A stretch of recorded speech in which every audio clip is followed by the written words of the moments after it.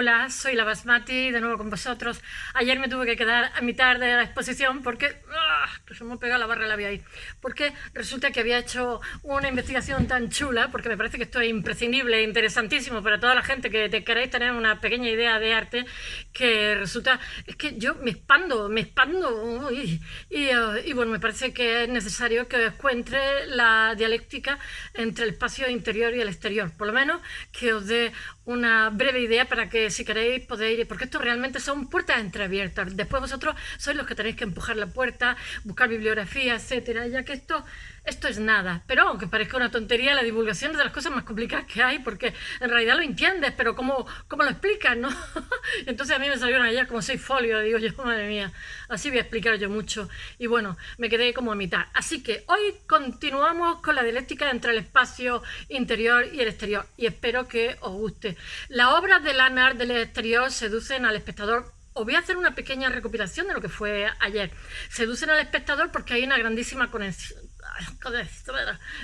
con lo telúrico por su grandeza, porque son espectaculares, la Spiral Jetty, o sea, todas las cosas que hay, porque son unos paisajes magnos, magníficos, no es un marquito ni un cuadrito ni tal, y no hay sombreado. Son fácilmente accesibles desde el punto de vista estético, porque la composición, ya es que mira, cuando contempláis eso, que normalmente se contempla en fotografía, porque no nos vamos a ir al desierto de Utah, aunque se puede viajar, a mí me encantaría ver la Spiral Jetty, o el, ¿cómo se llama?, el cráter de James Turrell. Bueno, que la obra no juega un papel tan retorcido como cuando pones un cuadro que tienes como que adivinar, que esa simbología, que tal más cual, no.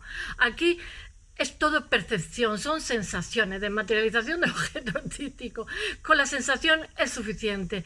Y entonces, cuando se transfiere a un espacio cerrado, como las galerías, como dije ayer, porque realmente, ¿cómo diría yo?, ellos utilizan las películas, utilizan la fotografía, utilizan todo ese tipo de material, porque también cuando están manipulando toneladas necesitan saber cómo seguir, porque tener en cuenta que muchos de esos trabajos están hechos con ingenieros, y realmente el esquema que le hace seguir pues es las fotografías que hacen del avión, la grúa, la no sé cuánto. Entonces después todo ese trabajo, toda esa obra se expone dentro de la galería y se vende.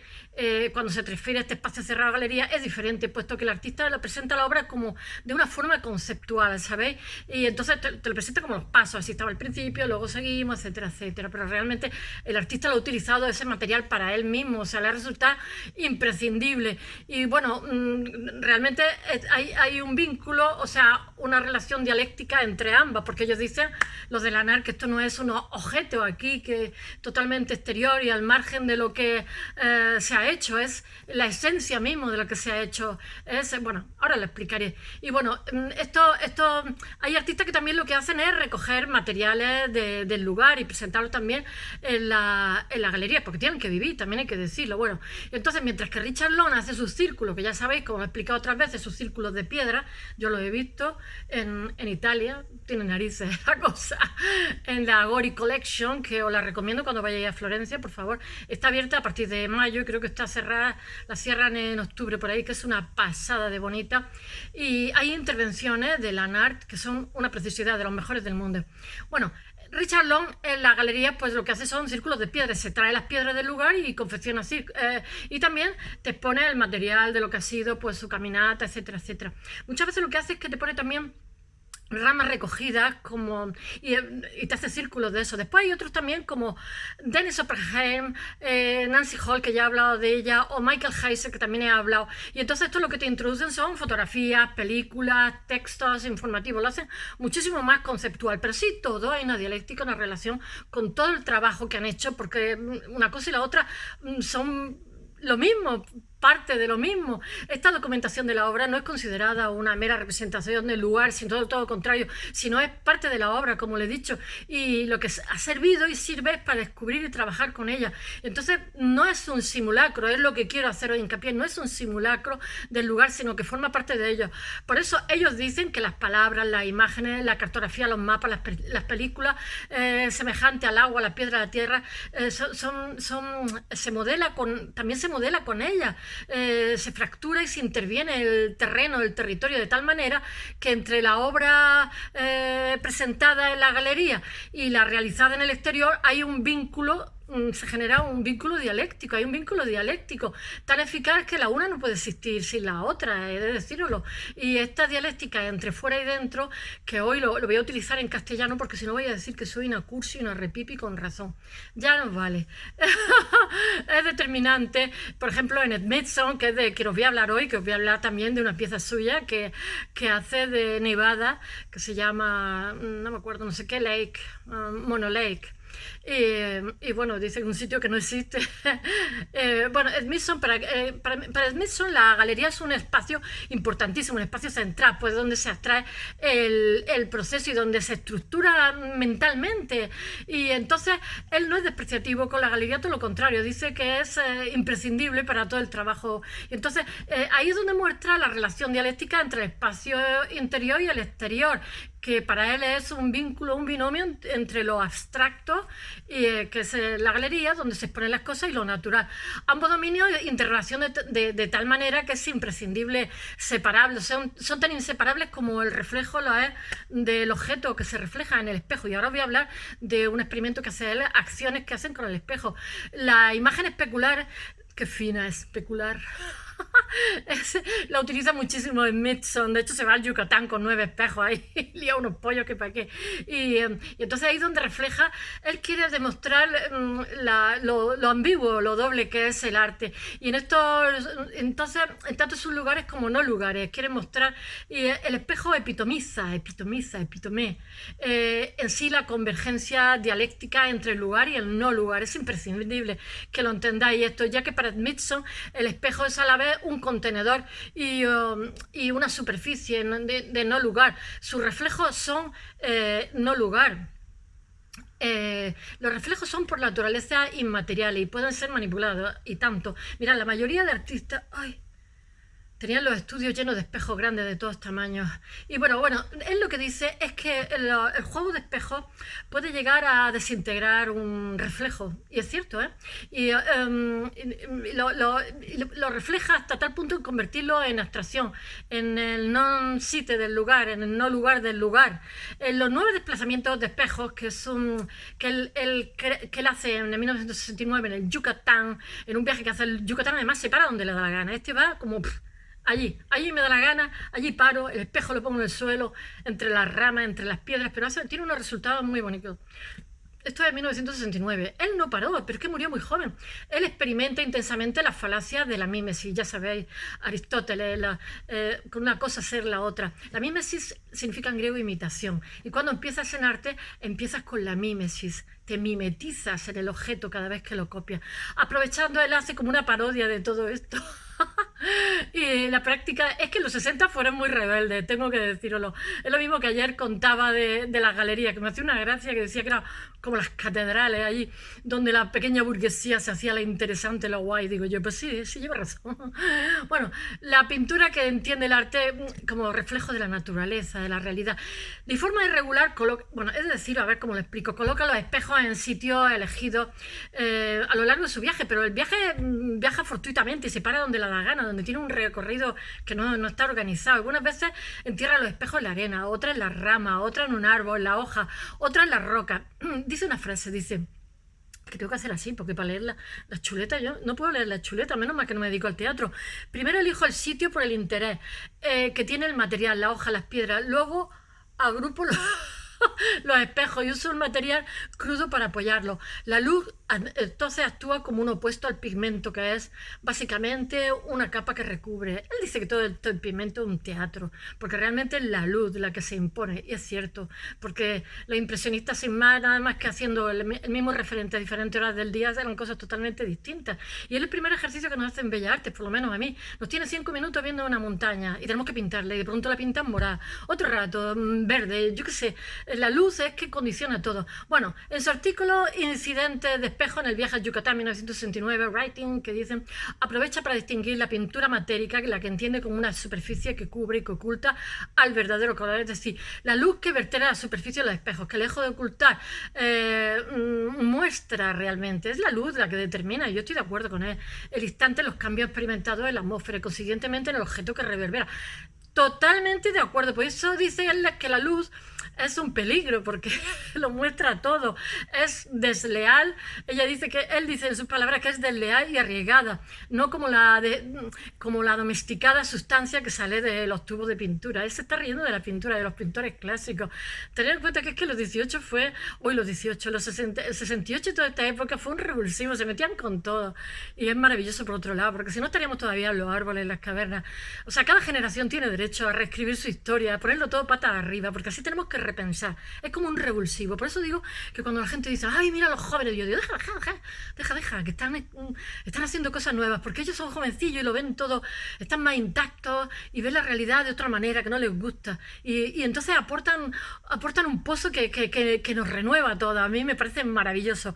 Bueno, en el texto muestra su intervención en el Yucatán, que hizo lo que le dio la gana, poniendo los espejos así, y acuyá. Y entonces es una reflexión sobre el arte y la mirada. Él dice que realmente es la mirada la que se inventa todo, la mirada en torno a los espejos, y es una especie de contestación a la pintura tradicional, diciendo que es una falsedad, que son pura falsedad, que es un virtuosismo de colores. Y entonces él coloca los espejos sin orden, de manera irregular, pues solo consigue un objetivo deseado. Esto es lo que quiere, desestructurar el objeto que reflejan, y lo consigue, después lo hace dentro de la galería. Así el artista detecta la falsedad de la apariencia, esa apariencia que queremos, pero eso lo trasciende también a la realidad, al mundo que vivimos, ¿no? Diciendo, es todo mentirilla, o sea, nos construimos unas cosas que realmente es una proyección de la mirada, una proyección del interior, que es muy aristotélico, muy platoniano también, formándose al final una visión escéptica sobre las nociones de la existencia, del objeto y la realidad. Por eso digo que es muy bueno que los jóvenes que están muy intactos por dentro digan todo lo que no les gusta, porque eso nos renueva y ellos construyen su historia. Por eso digo que hay que tener respeto hacia los jóvenes, mucho respeto, yo lo tengo. El espejo para Smithson es una abstracción intemporal, y los reflejos son ejemplos efímeros que eluden conformarse, dar forma. Os viene una frase de los espejos son espacios simulados, son el excremento, en vez de decir la caca, del pensamiento y del lenguaje, son los fantasmas de la mente. Qué bonito.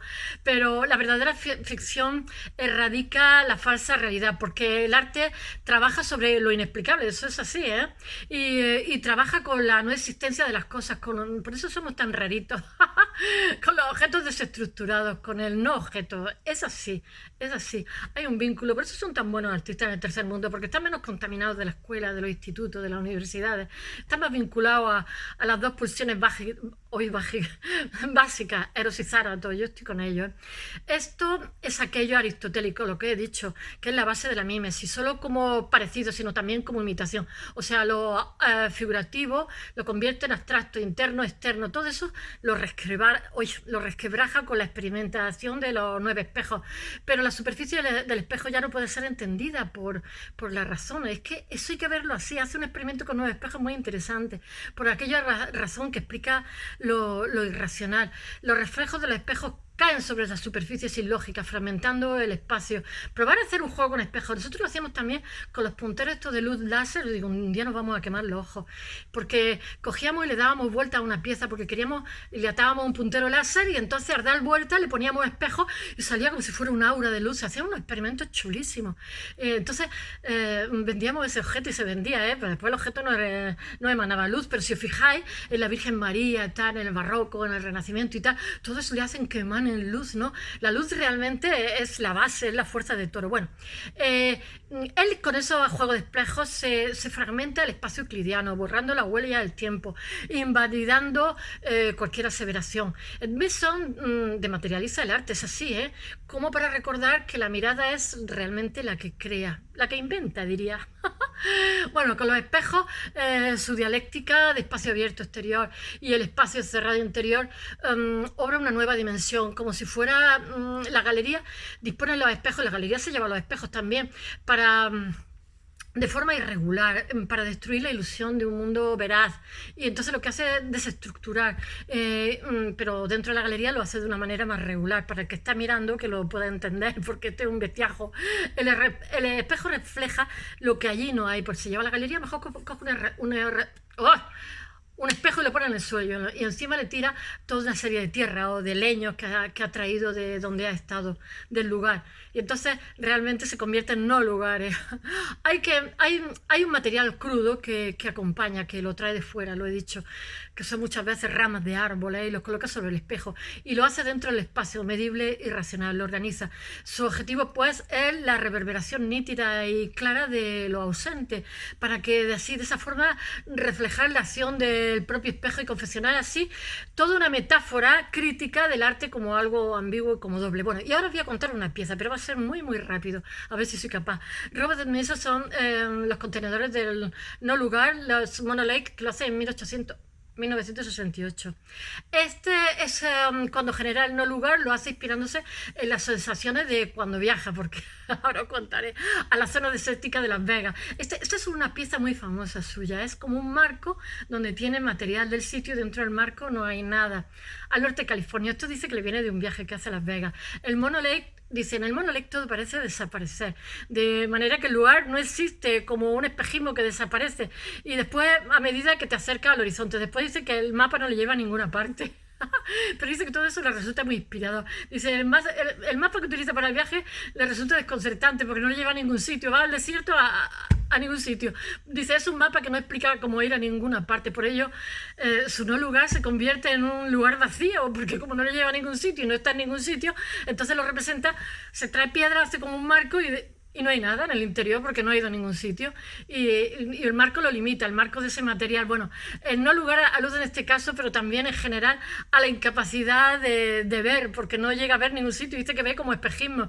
Si se tiene en cuenta la cantidad de significado como un juego de palabras que el nombre tiene en su idioma original, porque resulta, mira, en inglés site es S-I-T-E, S-I-T-E, y no lugar, bueno, es no sitio, ¿no? Pero es que resulta que en inglés suena como si fuera ver no ver, y entonces es como, él hace un juego de palabras que en castellano, claro, lugar no tiene nada que ver con ver, no suena fonéticamente, hace como ver no ver, ¿no? Lugar, no lugar, ver no ver, y entonces dice que para él es lo mismo, y por eso para él uno de los sentidos del no lugar es el proceso de desmaterialización del objeto artístico que se lleva a cabo con la naturalidad del lugar que desaparece por la abstracción. Él dice que está en un desierto, que va en un mapa, que no ha ido a ningún sitio, que no ve nada, nada más que como pequeño espejismo, y que ha llegado al no lugar y que es fantástico para representar. Por eso los no lugares implican una crítica al arte tradicional que basa su existencia en la mirada, en la contemplación. Y bueno, es que esto es en los 60 en un Estados Unidos, por favor, ubiquémonos espaciotemporalmente, en un Estados Unidos en pleno pop y en plena lucha por los derechos civiles, etcétera. Entonces, como que hay una revisión de todo y es muy bonito. Su no lugar es un no al arte retiniano. No lugar, Monolake, que se llama la pieza, introduce un sentido diferente al no lugar, porque allí el artista utiliza el concepto como anónimo del no espacio y en un sentido se relaciona con los no espacios que son impersonales.